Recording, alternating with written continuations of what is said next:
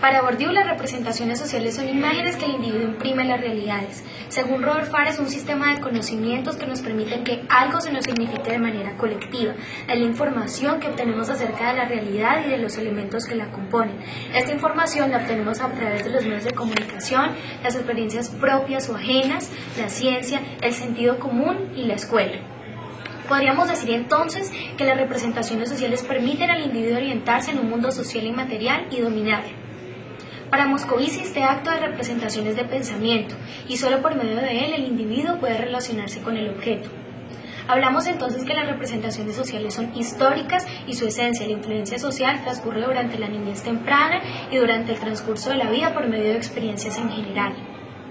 Podríamos entonces explicar de manera más clara que cuando una persona hace referencia a un objeto concreto social, estamos hablando que tiene la representación social de ese objeto porque la clasifica, la explica y la evalúa.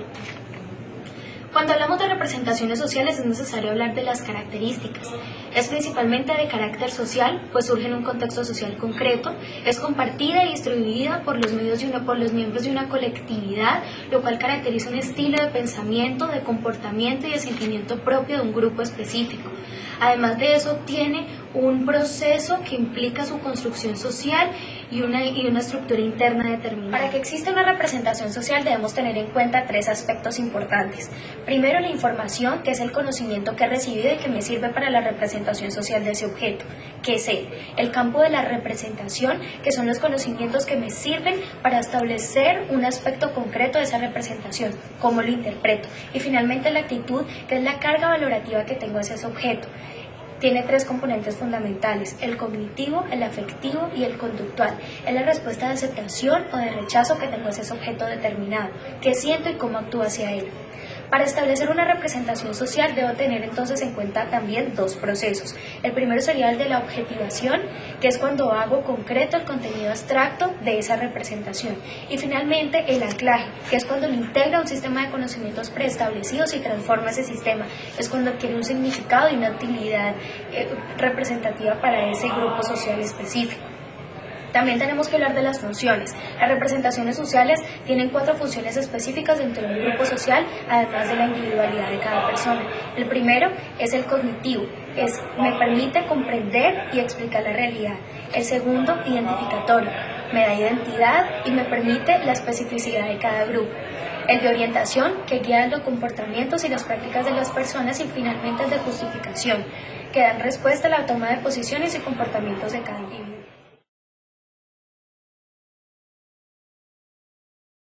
En primera medida es importante entender que el papel que juegan los medios masivos en la configuración de las representaciones sociales es de vital importancia, porque si bien es cierto, como afirma Robert Farr, que las representaciones sociales son un sistema de conocimiento, ese conocimiento solo se logra a través de diferentes fuentes. Una de ellas, y nos atreveríamos a decir que tal vez la más importante, son los medios masivos, pues ellos nos informan, nos enseñan y permiten que entendamos y conozcamos el mundo.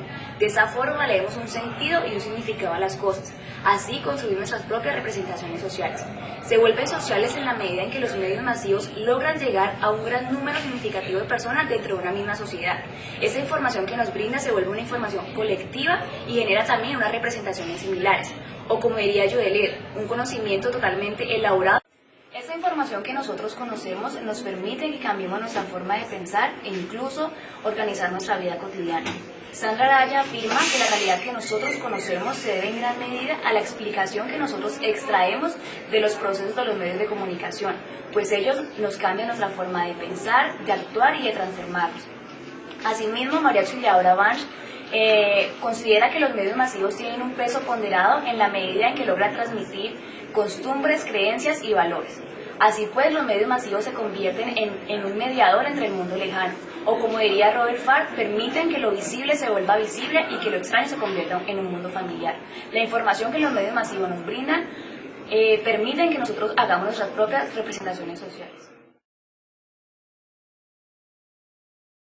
Partimos diciendo, como lo reitera Robert Farr, que las representaciones sociales tienen una responsabilidad y unas funciones que deben cumplir para que nosotros, los seres humanos, organicemos, entendamos, le demos sentido y explicación al mundo en el que estamos inmersos.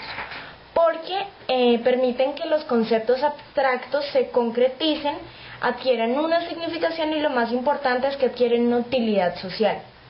Breve, las representaciones sociales permiten mi interacción con el mundo.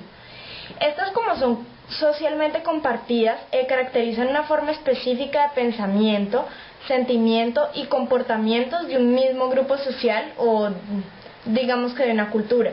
Las representaciones como sistemas de códigos, valores y lógicas orientan las prácticas humanas y del mismo modo instituyen los límites y las posibilidades de la forma en que los seres humanos interactuamos con el mundo, con nuestro mundo, es decir, con nuestro grupo social o con nuestra cultura. En resumen, el medio cultural en el que viven las personas, así como el lugar que ocupan en la estructura social y las experiencias con las que a diario nos vemos confrontados, influyen totalmente en nuestra forma de ser, en nuestra identidad social y en la forma en que nosotros percibimos la realidad. El ejemplo de extirparle el clítoris a las mujeres para que no sientan placer en el momento de una relación íntima con su pareja es una práctica normal de una comunidad en el África. Sin embargo, las representaciones sociales de Occidente nos han dado a entender que en nuestro mundo social eso no podría ser considerado sino como un sinónimo de salvajismo. Entonces, como dice el psicólogo Francesc Moscovici, la construcción de nuestro mundo, de nuestro conocimiento, viene de esa relación con los objetos sociales que conocemos y en los que estamos inmersos, y es lo que nos permite comprender y confrontar la vida. Para iniciar, el emo es un género musical que se originó en los años 80 en Estados Unidos. Emo viene de la palabra emoción, ya que estos se caracterizan por ser muy emocionales y susceptibles. Sin embargo, hasta ahora es posible determinar grupos de adolescentes que se identifican con este tipo de cultura. Por otro lado, los elementos que componen y que son compartidos por este grupo social van desde la ropa, estilos de conversación y hasta el corte de pelo. Estas características son muy importantes dentro de esta representación social, ya que los identifica como una comunidad. Hoy en día los emos se centran en un nuevo estilo con colores más oscuros, el pelo con cortes irregulares y teñido, que por lo general casi siempre cubre un ojo o en caso extremo la cara completa.